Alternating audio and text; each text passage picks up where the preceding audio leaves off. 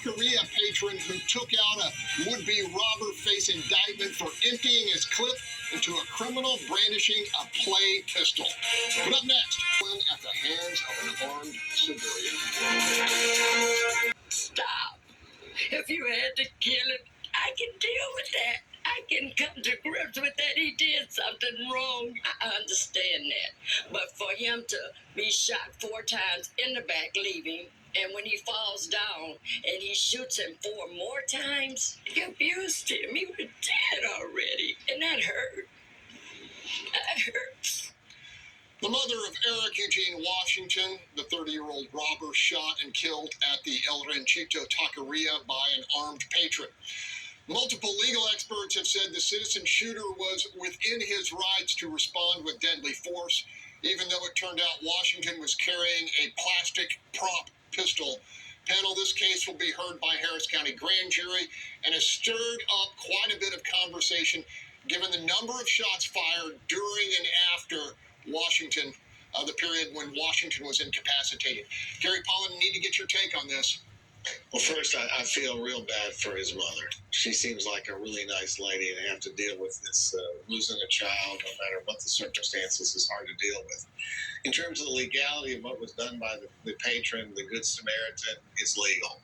In my personal opinion, was shooting the guy 8 times excessive? Well, yes. If you go through gun training with experts and training with the police, they basically tell you need to shoot twice if you're going to go when you're pulling a gun. The other thing, by the way, they teach you is if you're going to pull a gun on somebody, you need to kill them, because that's what happens. If you don't, then you have other issues. So this is, again, part of the problem. Maybe this guy, look back, maybe he has mental illness and he never got any treatment or help for it. Because I think these are things that become important, because the idea, as talked about by Sue, we need to be out there preventing crime and not just reading about it after it happens. All right, there's only one person on this panel who owns restaurants and could be in this situation potentially. Your take, Marcus Davis. You know, I think of it as a parent. I think of it as more as a citizen, as a customer, right? I going somewhere with my family and being put in a position where I have to protect myself.